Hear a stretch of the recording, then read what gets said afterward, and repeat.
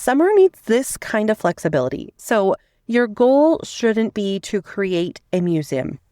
It's to create this space that is super easy to reset. Think in zones. If I had to kind of give a tip, my tip would be to think about it in zones.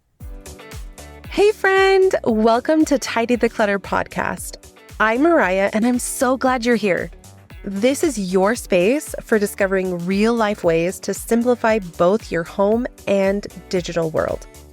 Life moves fast, and between work, family, and everything else on your plate, finding time to get organized can really feel overwhelming.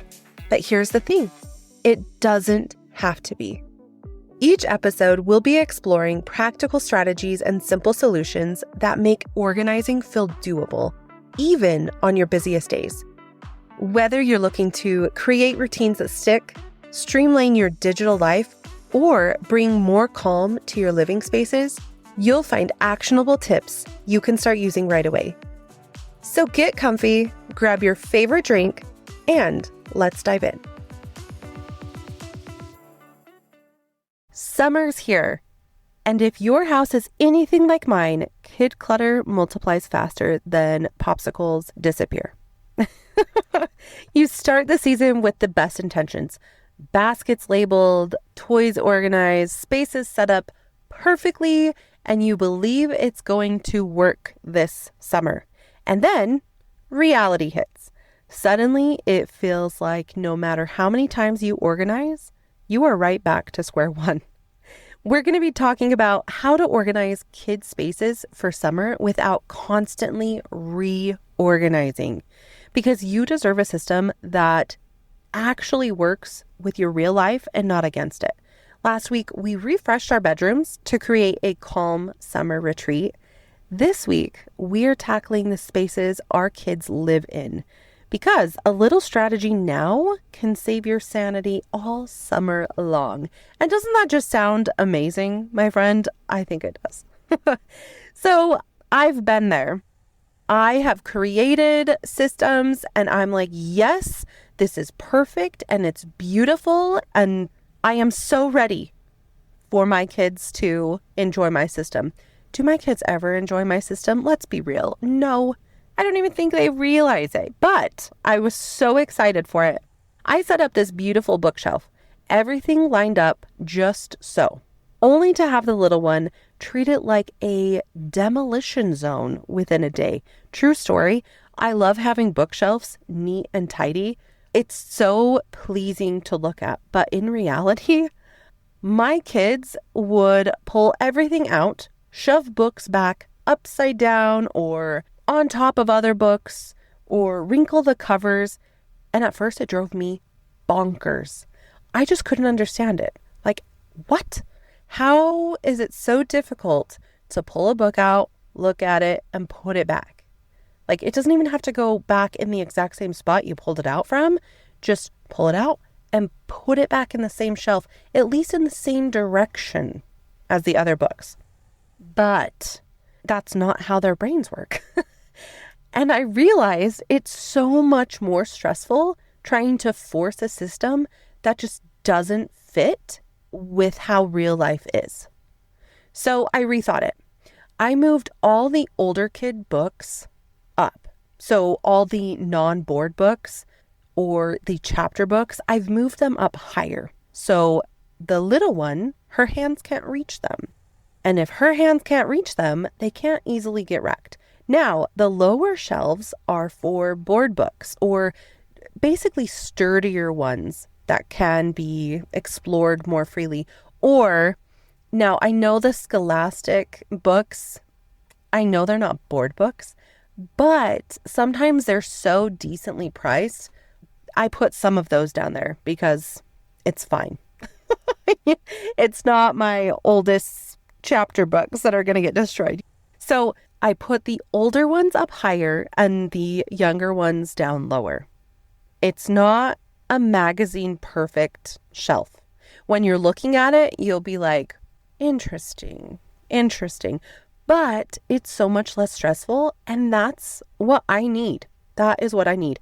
So if you're craving simple wins like this, Definitely don't miss out on the summer clutter mini guide. I'm going to put it in today's show notes as well at tidytheclutter.com/034. It's packed with quick declutter tips you can actually fit into your real life. No endless reorganizing needed. Yes, please.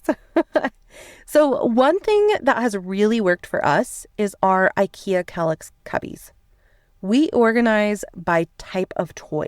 So Barbies have a couple of boxes, or cubbies, mind you. Blocks have another. Magnet tiles have one. Even Play Kitchen Food has its own spot. And by simplifying this system, cleanup has become so much easier, even for the little one. So my girls can just throw the toys into the right cubby without needing labels or my constant supervision. I'm always in awe at those beautiful labeled cubbies because they look so nice. I'm like, ooh, I love those. My organization heart is just so happy when I see those. But then I have to take a step back and remember my little one can't read. She can't read those.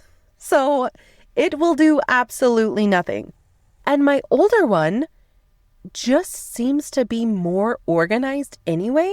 So she doesn't really need that direction. Now, I did see this.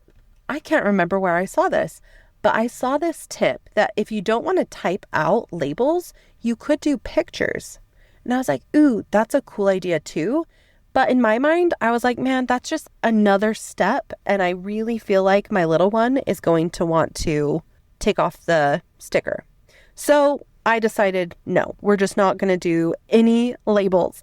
And it's been great because they don't need my supervision to clean up their mess. And summer needs this kind of flexibility. So your goal shouldn't be to create a museum. It's to create this space that is super easy to reset. Think in zones.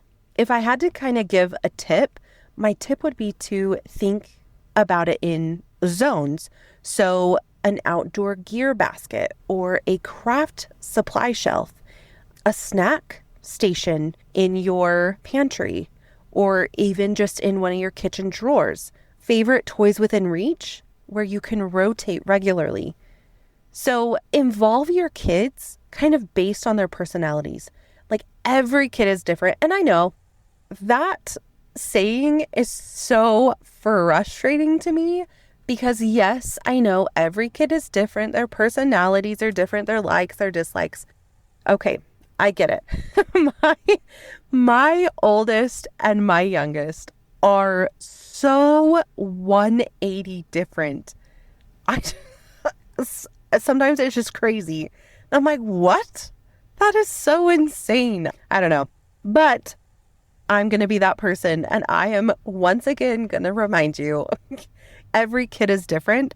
So like I mentioned before, my oldest is starting to really like organizing. She'll put on music and she'll just kind of zone out and rearrange her room for fun. And she actually enjoys it. My organization heart is like, oh my gosh, I love that. Now my youngest, she'll clean up too, yes, but only when she's in the mood, which seems like she's never in the mood, my friend. We've learned that the cleanup song is definitely a magic button to her. So we turn it on and she's suddenly in the zone and she will clean up her mess. The point is, work with your kids' personalities. Definitely not against them. So some days it'll be quick and some days it will be slow. And that's okay. It's progress over perfection. I need to get that on a shirt because I really like that saying. Now, what would it feel like to walk into your living room or the playroom today and not trip over toys? Imagine that space. What's one small change you could start with?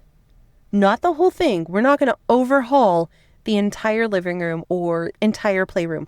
What's just one small change that you could start with? Now listen, my dream summer kid space is definitely not Pinterest perfect. I think if you were to ask me this maybe 10 years ago, absolutely. It was a Pinterest board, and I'm sure I had a board pinned with different pins of how I wanted my kids' room and kids' playroom to look like. And it is not that. It is far from it.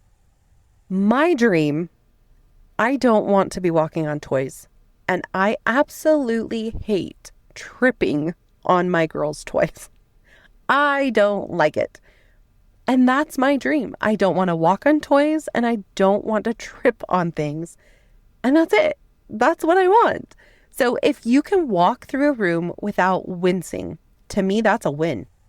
If the toys mostly stay in the right general zones, that to me is another win. If you spend more time playing outside than sorting Legos, that's a huge win. Oh man, I just felt like a huge sigh of relief when I was mentioning that one. Let good enough be your new organizing goal this summer. It'll save your sanity and your relationship with your home. And if you want a simple place to start, I'm serious. Download the free Summer Clutter mini guide. 5 fast wins to help you reset the messiest hotspots and then get back to living your life. Friend, your summer doesn't have to be one endless cleaning loop. Set up flexible zones. Let your kids be part of the process. Embrace good enough, because you and your kiddos deserve a summer that's light, playful, and filled with less mess, but still so many memories and so much fun. Like I mentioned before, everything we talked about today, including that summer clutter mini guide, is going to be linked in the show notes at tidytheclutter.com/034. Next week, we're going to keep the momentum going and talk more about summer flexibility and not having such rigid schedules that most likely are going to collapse. And if you're anything like me, you're going to be super bummed because that's just how your personality is. But until then, my friend, keep taking those small wins, and I am cheering you on every step of the way. That's all for today's episode.